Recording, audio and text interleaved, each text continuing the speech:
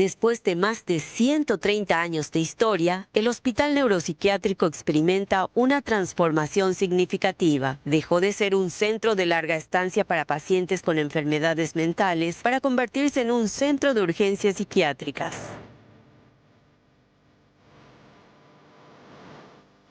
Actualmente, se prepara para ofrecer un nuevo modelo de atención con la implementación de la Ley número 7018 de Salud Mental. Hoy, en Puntos de Vista, te contamos qué pasó de los internados y si esta estrategia realmente permitirá una atención más humanizada, cercana y accesible para los pacientes, garantizando su dignidad e inclusión social.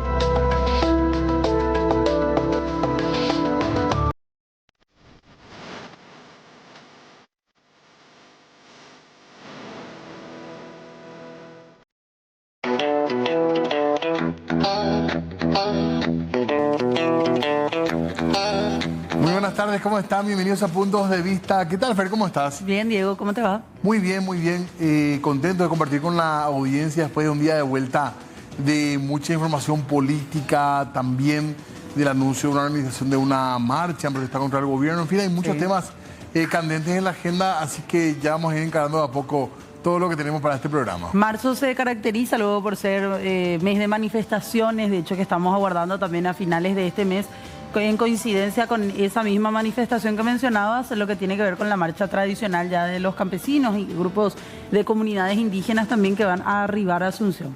Asimismo, vamos a hablar de eso, por supuesto, en el transcurso de los días también, pero además hoy ustedes ya veían en el adelanto y lo comentábamos recién en el pase con los compañeros del Este, que vamos a hablar de la salud mental, un área de la salud que muchas veces nos cuesta incluso hablar, preguntar, no está siempre en la agenda y es muy importante y cada vez se destaca más la importancia y la necesidad de que hablemos de este tema en los medios de comunicación. Y por sobre todo, ¿cuál es el modelo que se va a utilizar a continuación en el hospital psiquiátrico? Por eso queremos hacerle muchísimas consultas al director que ya nos acompaña aquí como invitado de esta tarde-noche, el doctor Hans Bugentin. ¿Cómo le va, director? Gracias por venir. Gracias. Bueno, director, ¿qué tenemos para decir del hospital psiquiátrico? Porque mucho se rumoreaba incluso de un posible cierre, se cambia el modelo. ¿Cuál es el aspecto que van a tener en cuenta ahora? Bueno, en realidad lo del cierre creo que fue una mala interpretación, ¿verdad? Una mala interpretación de unas declaraciones, pero sí está bien lo que decía en la introducción del programa, que a partir de la ley 7018/2022, hay un cambio en la modalidad de atención y hay un cambio en toda la política de salud mental dentro del país, ¿verdad? Hoy hay todavía personas internadas en el neuropsiquiátrico. Claro, eso es lo que se entiende mal, que lo que nosotros trasladamos son los pacientes de larga estancia.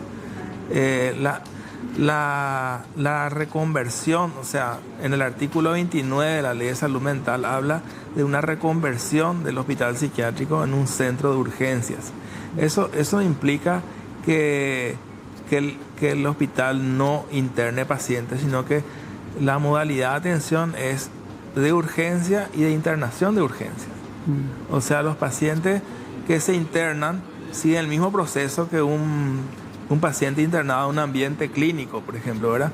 Consulta, se ve si tiene criterios de internación y si tiene criterios de internación se queda hasta estabilizar la crisis y se va de alta. Tengo entendido que una de las primeras formas de encierro de la persona fue, de hecho, la llamada locura, ¿verdad? Y el antiguo manicomio era eso, ¿verdad? Gente que se le dejaba ahí, no desconozco con qué tipo de tratamiento, pero mucha gente que permaneció largos años ahí. Ese era el modelo hasta hace 20 años aproximadamente. Bueno, sí, en realidad a escala mundial ese fue el modelo, ¿verdad? O sea, en los principios no por cuestiones médicas, sino más bien políticas y aceptadas por la sociedad, la enfermedad mental era tratada como los mendigos, los prisioneros y eran encerrados, ¿verdad? Pero desde el siglo XVIII se reconoció como una enfermedad médica, ¿verdad? Solo que los tratamientos eran así barbaries sin resultados esperables, ¿verdad?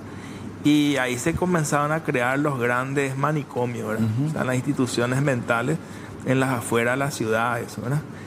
Y a partir de 1950, o sea, hubo un gran cambio porque con el advenimiento de los psicofármacos, entonces las enfermedades mentales tenían mejor pronóstico. También la psicoterapia basada en evidencia colaboró a que los pacientes puedan salir de alta, ¿verdad? Entonces se acortaban las internaciones y desde 1970 comienza el movimiento de desmanicomialización, de desinstitucionalización. Y nosotros prácticamente el 2018, cuando se hizo una comisión técnica de reforma, cuyo resultado fue el anteproyecto de esta ley, es que estamos nosotros trabajando en esto de la reforma de la salud mental en nuestro país, ¿verdad? Y cuando yo entré en el hospital hace 30 años, eran como 750 pacientes más o menos, ¿verdad? ¿Que estaban ahí? Sí, 2013 por ahí eran 500, en la pandemia estaban 300, 315, 330 en el 2020. Doctor, muchas veces se dijo, usted nos dirá si eso realmente era así, que muchas familias incluso ya abandonaban a sus familiares ahí. ¿Eso pasaba realmente? Claro, hasta hoy tenemos pacientes, justamente ese es el proyecto que es llevado a cabo por el Ministerio de Salud y con la Dirección de Salud Mental, de externar los pacientes, o sea, de trasladar los pacientes de larga estancia que no tienen contención familiar a hogares sustitutos o a residencias, ¿verdad? De estos pacientes, cuando hablamos de larga estancia, ¿cuánto tiempo estamos hablando que estaban o están internados ahí? Y es difícil hablar de un promedio porque, como le dije, yo estoy ahí del año 95 y hay algunos pacientes que le conozco desde que entré. De esa época. ¿Cuántos son en total este tipo de pacientes de larga estancia del hospital? Ahora mismo 70, 71. ¿Y ellos ya están siendo trasladados, doctor? No, está en un proyecto. Lo que pasa es que, por ejemplo, en el año 2023 eran 5 salas de pacientes de larga estancia. Sí. A finales de 2023 se cerró una sala. En el 2024, el año pasado, cerramos en agosto y en noviembre 2 salas más, ¿verdad? ¿Por qué cerraron? Y porque logramos trasladar los pacientes. Ah, sí. okay. Hay algunas personas que no deberían estar, de hecho, en un centro médico, ¿verdad? ¿Cómo? Hay algunas personas que no deben, o sea, que ya no tienen un diagnóstico, ya no deberían estar por lo menos en un centro médico o no. Y lo que no tiene es criterio de internación, ¿verdad? Ahí. Entonces, son pacientes que viven ahí, ¿verdad? Y eso es justamente lo que también el artículo 29 habla de la no construcción de otro hospital monovalente de carácter asilar, ni público ni privado, ¿no? Entonces, esos pacientes se van trasladando y ahí se van cerrando salas. Ahora justamente quedan 2 salas de larga estancia, pero están las salas de pacientes de urgencia, como les decía, lo que se llama sala de agudos, corta estancia, ¿verdad? Que son los que van a seguir funcionando, ¿verdad? ¿Y la urgencia psiquiátrica es frecuente? Sí, muy frecuente, muy frecuentes. Estadísticamente, en el año 2022, yo me acuerdo que en urgencia consultaron cerca de 6.000 pacientes en un año. ¿Como urgencia? Como urgencia. ¿Qué son brotes? ¿Qué son los cuadros? Si le puede dar el nombre. Y hay muchos casos, ¿verdad? Lo que pasa es que hay muchos trastornos de ansiedad, hay trastornos afectivos, hay trastornos psicóticos, ¿verdad? Entonces, muchos no tienen criterio de internación y se van otra vez a su casa. Claro. Y los que sí tienen criterio de internación, ya se elige dónde se va a quedar internado dentro del hospital, ¿verdad? Pero sí, seguimos internando nosotros, solo que los pacientes tienen un plan de alta al estar recuperados, ¿verdad? Y en todo ese plan que tienen, doctor, ¿para qué momento, no sé si para este año usted dirá, desde julio ya no vamos a estar teniendo pacientes de larga estancia? ¿Desde qué, cuál es el plazo que se están fijando a partir de ahora? La verdad que no hay plazos, porque eso también requiere le podemos llamar un entrenamiento, ¿verdad? Hay un área de rehabilitación dentro del hospital donde tiene una capacidad también limitada, ¿verdad? Tiene su personal de rehabilitación, hay un médico que está a cargo también, y ahí los pacientes son como entrenados más en su autonomía, ¿verdad? Porque en un ambiente hospitalario los pacientes entran en un régimen muy regular, así de... Casi de dependencia, ¿verdad? Sí, de dependencia del personal. Y se supone que al salir tiene que tener una autonomía en cuanto a baño, vestimenta. Claro. Y aquellos que no pueden tener esa autonomía, ¿a dónde van a ser trasladados?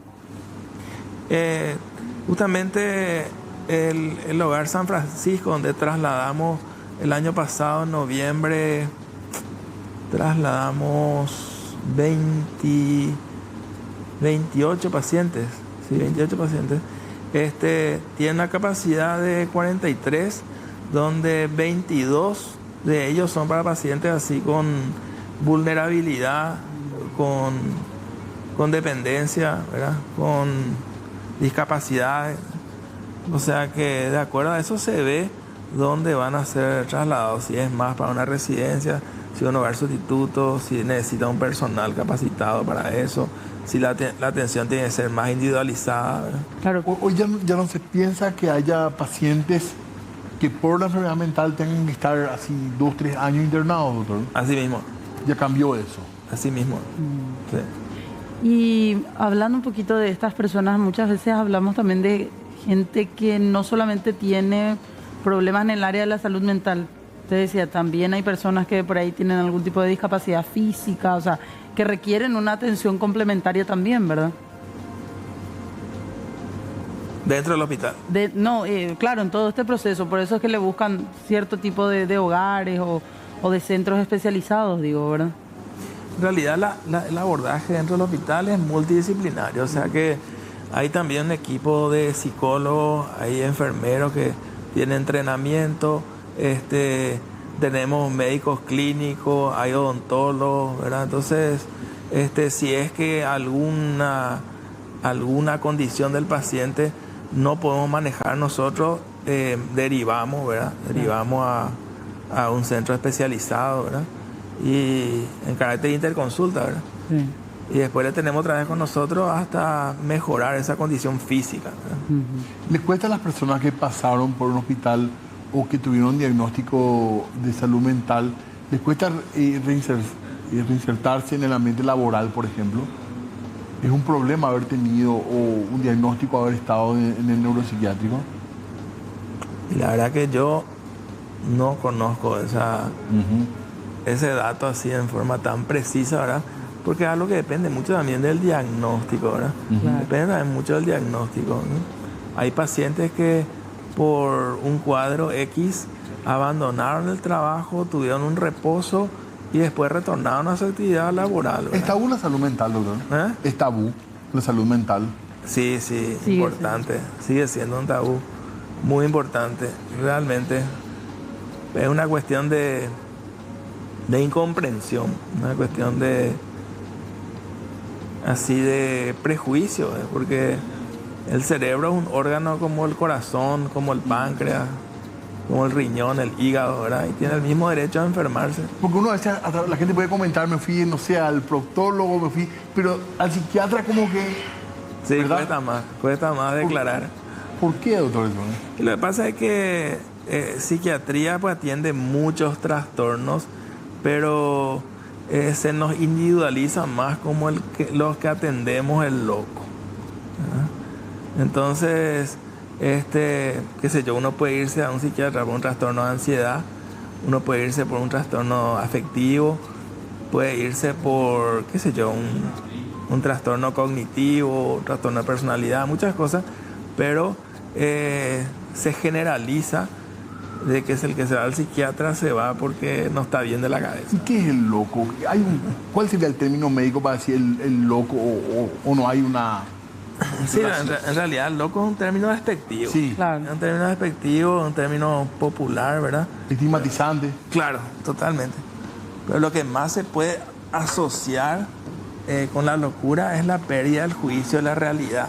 Es el concepto de la psicosis. Eso se llama psicosis. Sí, que dicen perdió el juicio. Ajá. Entonces cuando uno pierde el juicio de la realidad es cuando uno vive una realidad que no existe. Y eso hoy en día, ¿hay medicación como para abordar eso? Sí, hay medicamentos específicos que son los antipsicóticos, ¿verdad? Solo que de toda la arsenal de antipsicóticos uno va eligiendo el más adecuado al perfil del paciente. Por ejemplo, si tiene problemas de sueño, un antipsicótico más sedativo. Si tiene, por ejemplo, pérdida de apetito, un antipsicótico que mejora el apetito y así. Uno va haciendo el traje a medida. ¿Y cuáles son prácticas de buena salud mental, digamos? ¿Qué se puede hacer, digamos? Porque a veces nos preocupamos de otros aspectos de la salud y en la salud mental no sabemos cómo abordar. ¿Cómo cuidar? ¿Cómo cuidar?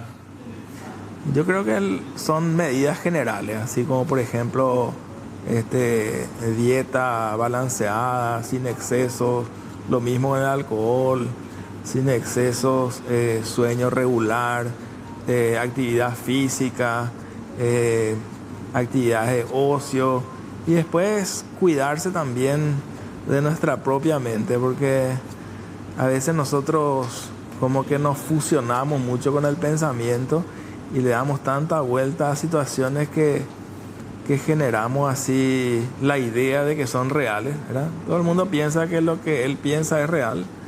Entonces, de repente nos generamos culpas, preocupaciones, eso que no tiene tanta evidencia, ¿verdad? Que no tiene tanta base.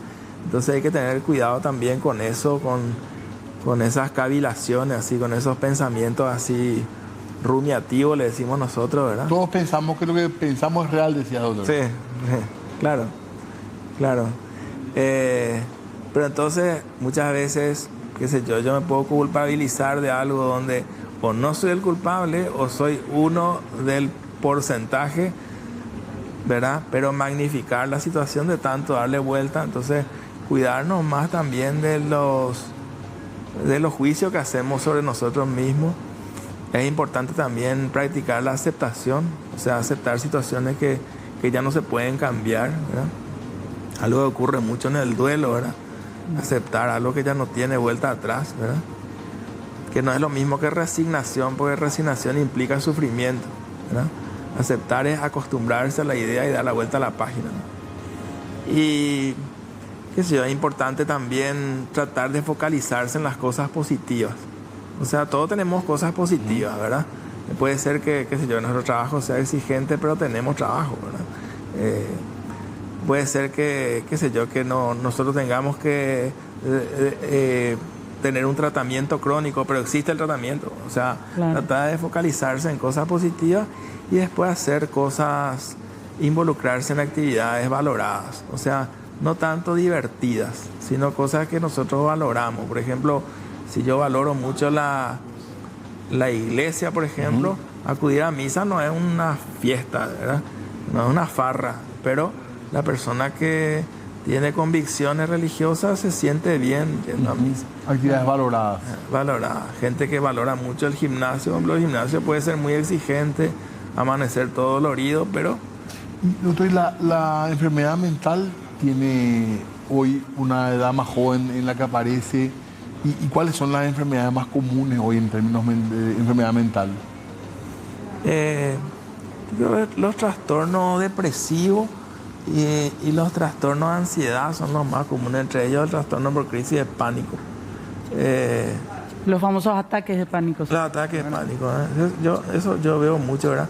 En depresión se habla que nuestro país tiene 5,2% de la población.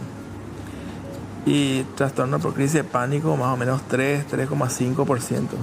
Si nosotros hablamos de 3% de 7 millones, ¿verdad? Son 210.000 personas, ¿verdad? Es mucho. Como 6 veces el Defensor del Chaco. ¿Y eso hay hoy en el hospital? ¿Hay suficiente personal, presupuesto, turnos para atender? Generalmente una crisis de pánico o un cuadro depresivo, si es leve, moderado, eso no tiene criterio de internación.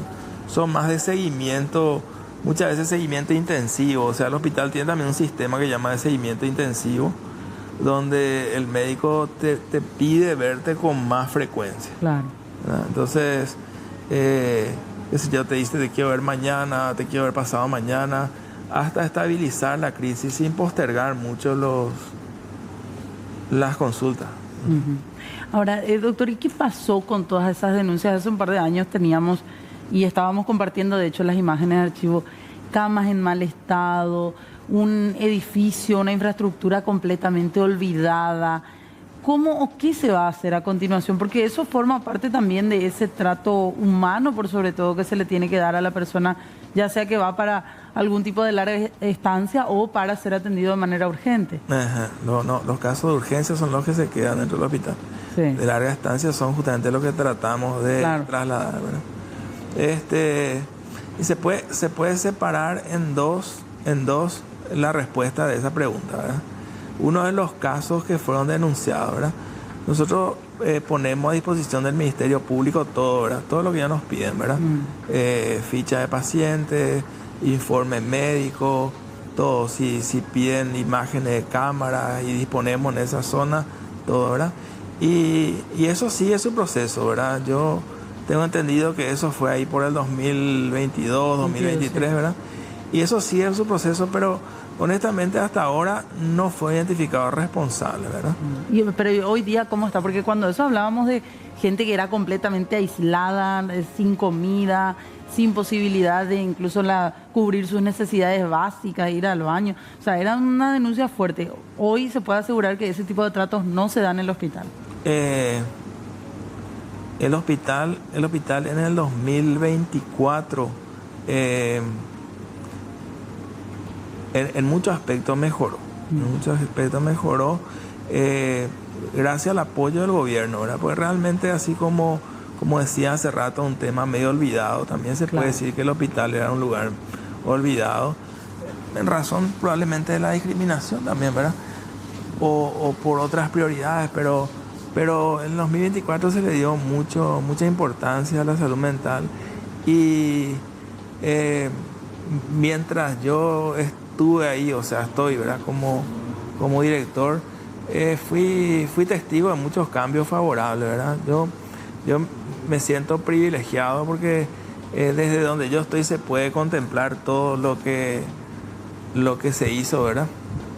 Y la ministra estuvo 3 veces en un año, estuvo en el hospital, ¿verdad? Estuvo el presidente de la República, también se inauguró una sala de corta estancia que tiene una capacidad de 34, 36 pacientes que es de primer nivel, ¿verdad? Todas las piezas tienen aire acondicionado, todo eso así, ¿verdad? Baño particular para cada habitación. Y también se refaccionó, se puso a punto una sala de pacientes agudas. Esas sí son salas más restrictivas, ¿verdad? Claro. Y eso se entregó al 100% también refaccionada.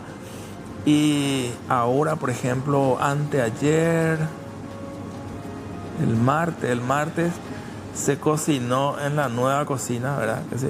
No se inauguró oficialmente, ¿verdad? Pero empezó a funcionar una cocina de primer nivel también, ¿verdad? Amplia, iluminada, climatizada, ¿verdad? Y después también se instaló un nuevo sistema de drenaje cloacal que conecta con el sistema de drenaje de la SAP, ¿verdad? Después un tanque de distribución también que llevaba mucho tiempo sin funcionar. Se habilitó ese tanque de distribución de agua para el hospital y su sistema de distribución también. O sea, todo lo que estaba olvidado ahora se le empezó a prestar esa atención de vida. Se le dio mucha importancia. Y qué sé yo de donde estoy hago cosas chicas, ¿verdad? Pero las cosas grandes únicamente se puede hacer con el apoyo del gobierno, ¿verdad? Las cosas importantes, por ejemplo, se cambió todo el mobiliario de la urgencia, pero queda mucho por hacer realmente. Pero en cuanto al respeto a los derechos humanos de los pacientes, hay un compromiso, doctor, de que las cosas se estaban haciendo dentro del marco del respeto a la dignidad de los pacientes. Sí, lo que pasa es que, así como decíamos hace rato, el cerebro tiene derecho a enfermarse, un poco en broma y un poco en serio, ¿verdad?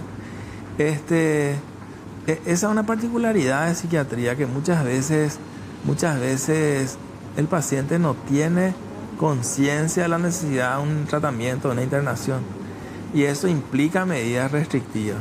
Entonces en nuestro hospital, la regla, lo que es la excepción en cualquier otro hospital, que es la internación involuntaria, en nuestro hospital es la regla, ¿verdad?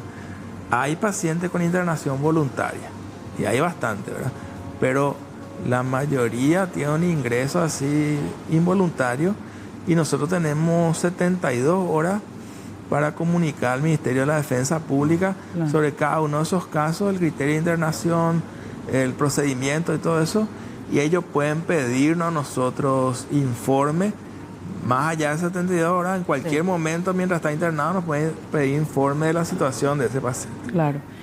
Tenemos que hacer una pausita breve, doctor. Le agradecemos muchísimo que esté aquí conversando con nosotros, y después vamos a volver ya para ir cerrando este tema, Diego. Así mismo, muy interesante lo que estamos charlando en esta tarde-noche. Breve pausa y ya volvemos. Muy bien, seguimos nosotros hablando hoy de salud mental. Estamos hablando del hospital neuropsiquiátrico, porque hay un cambio de paradigma, hay una nueva ley, y la idea es que ya no hayan personas internadas por largos años como hubo durante mucho tiempo. Así es, y poder hacer todo este proceso, de hecho, de tratar de llevar a estas personas, aquellos quienes sigan necesitando una ayuda o una dependencia del 100%, a otros centros, y utilizar directamente el hospital psiquiátrico como una posibilidad ya para atenciones urgentes. Así mismo. Nos decía el doctor Hans, el director aquí que nos está acompañando, doctor, nos llegaban algunos mensajes también a través de un número de WhatsApp que nosotros tenemos aquí en el canal, y decían: el problema es cuando uno se va a consultar de manera urgente. Y quiero leerte nomás así lo que nos decía una persona, resguardamos su identidad. Nos decían: en el hospital psiquiátrico a veces no quieren atender urgencia, ponen mala cara a las licenciadas que te reciben, esperan a que el paciente vaya ya con una crisis o a punto de suicidarse, en vez de intentar prevenir que se llegue a ese punto cuando ya uno está teniendo síntomas. ¿Qué se puede hacer? ¿Qué respuesta se le puede dar a este tipo de quejas? La verdad que muchas veces algunas de esas percepciones son subjetivas, ¿verdad? Pero nosotros sí tenemos un sistema de atención de 24 horas, ¿verdad? El mecanismo es que entra un médico especialista en psiquiatría a las 7 de la mañana y tiene un relevo a las 19 y se queda otra vez las siguientes 12 horas. Es un médico especialista y está acompañado por un plantel de enfermeros, ¿verdad? Hay una trabajadora social, hay un psicólogo. Todo eso para atención urgente. Sí. Y también le acompañan los psiquiatras en formación, que como son 3 años de formación, están médicos residentes de tercer, segundo y primer año. Okay. Todo eso es el plantel que está en la urgencia. Puede variar en algunos turnos, eso, pero claro, siempre va a encontrar médico y siempre va a encontrar atención, ¿verdad?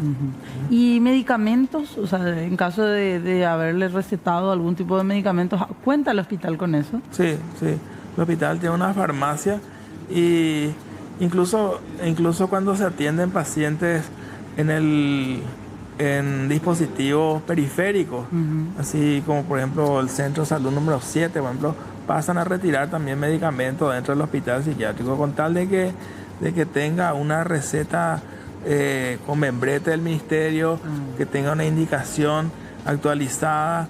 Incluso puede pasar un familiar también a retirar los medicamentos con los documentos, ¿verdad?, del paciente.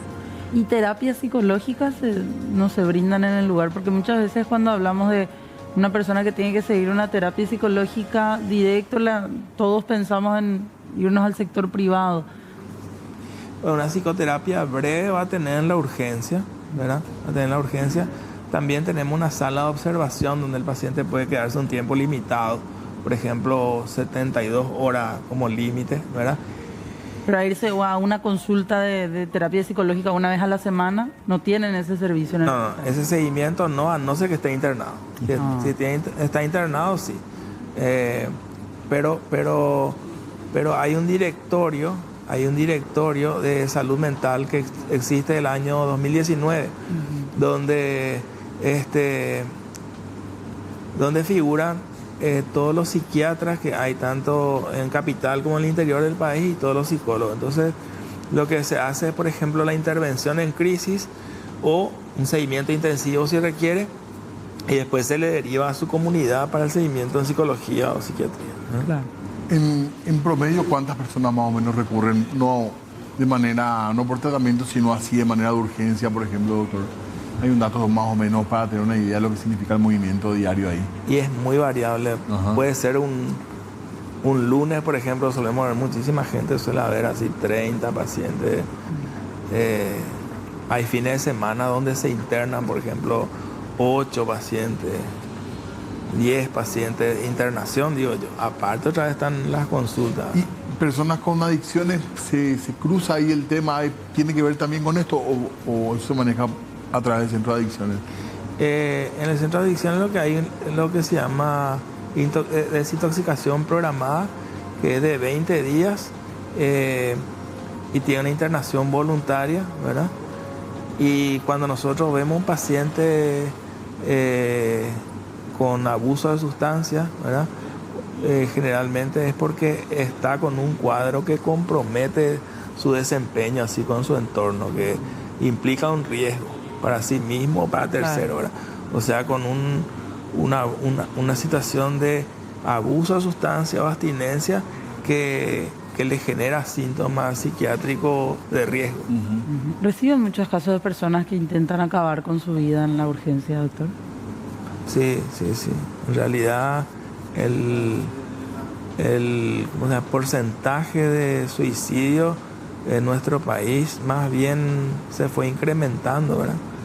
Era de 5.1 por cada 100.000 habitantes en el 2015, después subió a 7.1 en el 2020, subió a 8 en el 2023, o sea que realmente se incrementó la prevalencia, o sea, el porcentaje de la incidencia de casos, ¿verdad? Y el hospital sí recibe mucho, interna también muchos pacientes con riesgo. ¿Son voluntarias en estos casos o puede haber? Llevados por familiares. Sí, y son acompañados por familiares, pero hay muchos casos voluntarios también, ¿verdad? Gente joven, doctor. Y sí, el porcentaje más alto justamente es en gente joven, entre los 20 y 30 años, 19 y 29. Claro. Y ante esta situación, porque constantemente vamos hablando del tema en sí, nos asustan los números que dan ustedes como especialistas, ¿se plantea la posibilidad de habilitar una línea telefónica de ayuda de soporte inmediato para aquellas personas que estén atravesando por una situación así, por una crisis y necesiten esa contención, esa ayuda psicológica inmediata? Sí, en realidad esa es una función de la Dirección de Salud Mental y me va a costar hablar de los detalles, pero sé que a full se está trabajando en esa línea, ¿verdad? Si todo va bien, que yo creo que sí, ¿verdad? El 31 de este mes inaugura. ¿Verdad? De este mes, sí. Tienen capacitaciones permanentes, un personal de psicólogos, ¿verdad? Supervisores de mesa también para los casos así más complicados, ¿verdad? Se graban las llamadas, claro. Tienen contacto con el 911, contacto con el hospital psiquiátrico, o sea, tienen vinculaciones así también con gente que puede intervenir de urgencia, claro. ¿verdad? Y vino justamente un referente muy importante de la Argentina, que es el doctor Eduardo Keegan, hizo toda una semana de entrenamiento para el personal, ¿verdad? Un entrenamiento desde las 8 de la mañana hasta las 18, ¿verdad? Para todo el personal que va a asistir lo que se llama la línea de crisis. Claro. ¿Verdad? Espectacular. No solamente de intentos suicidas, sino que, por ejemplo, claro. que hablábamos de crisis de pánico, puede llamar a una persona situación de abstinencia, o sea, algo que se relaciona con un problema de salud mental agudo. Claro. ¿Está un poco solo el hospital neuropsiquiátrico en temas de salud mental, pensando en el sistema privado, pensando en IPS, o hay también contención en otros lugares, otros mirando un poco desde el psiquiátrico?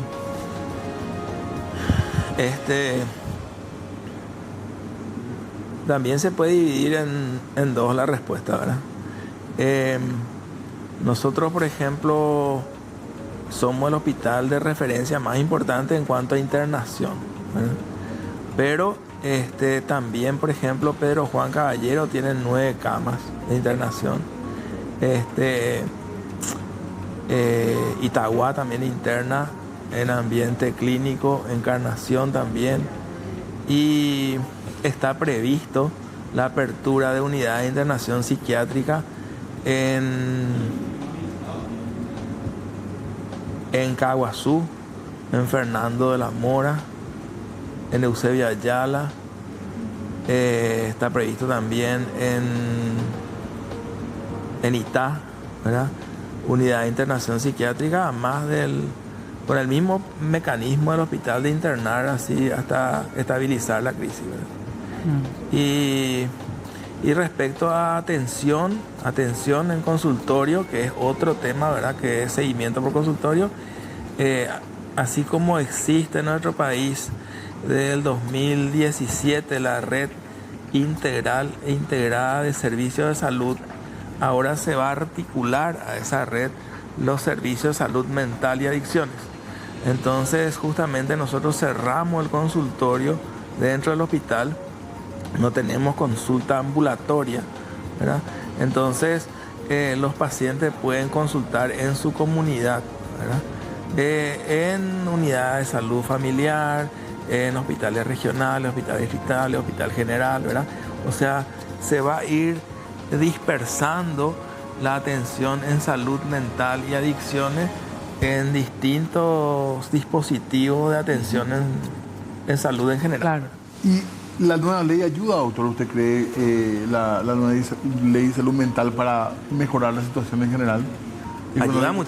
Ayuda muchísimo porque justamente la nueva ley de salud mental tiene un enfoque comunitario y en derechos humanos, ¿verdad? Okay. Son como deudas que teníamos nosotros. Cambio de paradigma. Claro, porque antes la atención era muy hospitalocéntrica, ¿verdad? Era muy centrada en el psiquiátrico. Entonces, qué sé yo, usted es de Pilar y tiene que ir a consultar al hospital psiquiátrico, ¿verdad? Para retirar medicamentos, para una consulta en psiquiatría o en psicología. Sin embargo, con la red de salud mental va a tener acceso a un profesional de salud mental en su propia comunidad, ¿verdad? Claro, totalmente. Bueno, director, le agradecemos muchísimo por haber estado aquí invitado con nosotros y vamos a estar siguiendo todo esto y esperamos que realmente esa línea de contención a las personas que así lo necesiten sea ya una realidad pronto. Muy amable. Sí, esa es la idea. Gracias, doctor. Gracias, doctor. Cuando quiera. ¿Hacemos una pausa nosotros? Sí, señor, ya volvemos. ¿Qué hacemos? ¿Foto? Muy bien, tenemos que irnos nosotros, Fernanda. Así es, ya enseguidita se viene, hablemos de lo que nos pasa. Estábamos viendo ahí un adelanto de lo que se viene. Muy interesante. ¿Y nosotros volvemos mañana? Sí, señor. Chao, chao. Chao.